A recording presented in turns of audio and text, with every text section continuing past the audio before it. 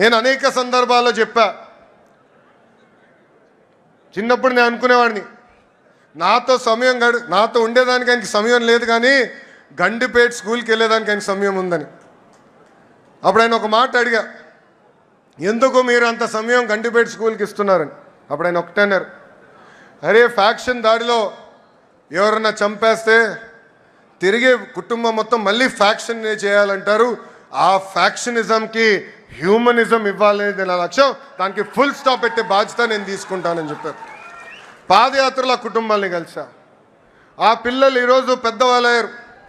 ఒక డెలాయిట్, ఒక టీసీఎస్ లాంటి సంస్థల్లో ఈరోజు పనిచేస్తాం జరుగుతుంది.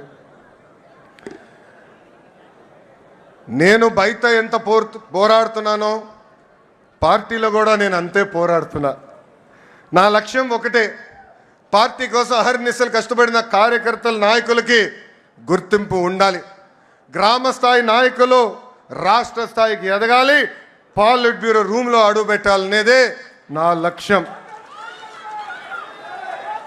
పార్టీ ముందు ఒక ప్రతిపాదన ఉంచాను. 3 టర్మ్లు ఒక పదవి చేసిన తర్వాత పై పదవి కన్నా వెళ్ళాలి, లేదంటే ఒక్క టర్మ్ బ్రేక్ తీసుకోవాలి. జాతీయ ప్రధాన కార్యదర్శిగా నేను ఈరోజు 4వ టర్మ్లో ఉన్నాను. గౌరవ అధ్యక్ష వారిని నేను కోరేది, ఆ సంస్కరణ నాతో మొదలు పెట్టాలని ఈ సభాముఖంగా నేను కోరుతున్నాను.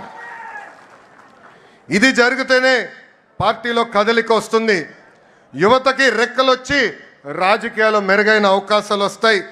నా స్టైల్ ఒకటే, సీనియర్ని జూనియర్ని సమానం గౌరవిస్తా, పనిచేసే వాళ్ళకే నేను ప్రమోషన్ ఇస్తా. పసుపు జెండా ఇంకో 40 ఏళ్ళు రెపరెపలాడాలి. దానికి ఎప్పుడు నిరంతరం పార్టీలో యువరక్తం పారాలి.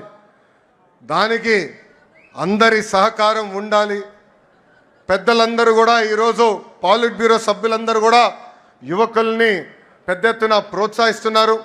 రండి, కదలి రండి, ఒక ప్రపంచనంగా ఆంధ్ర రాష్ట్రాన్ని ముందలు తీసుకెళ్దామని ఆంధ్ర రాష్ట్ర ప్రజలు కూడా పిలిపిస్తూ, ఈ వీడియో నచ్చితే లైక్ చేయండి. అలాగే మా ఛానల్ ని ఫస్ట్ టైం కనుక చూస్తున్నట్టయితే ఇప్పుడే సబ్స్క్రైబ్ చేసుకుని పక్కనే ఉన్న గంట సింబల్ ని యాక్టివేట్ చేసుకోండి. అప్పుడే మేము పెట్టే ప్రతి వీడియో మీకు నోటిఫికేషన్ గా వస్తుంది. అలాగే ఈ వీడియో పూర్తిగా చూసినందుకు ధన్యవాదాలు.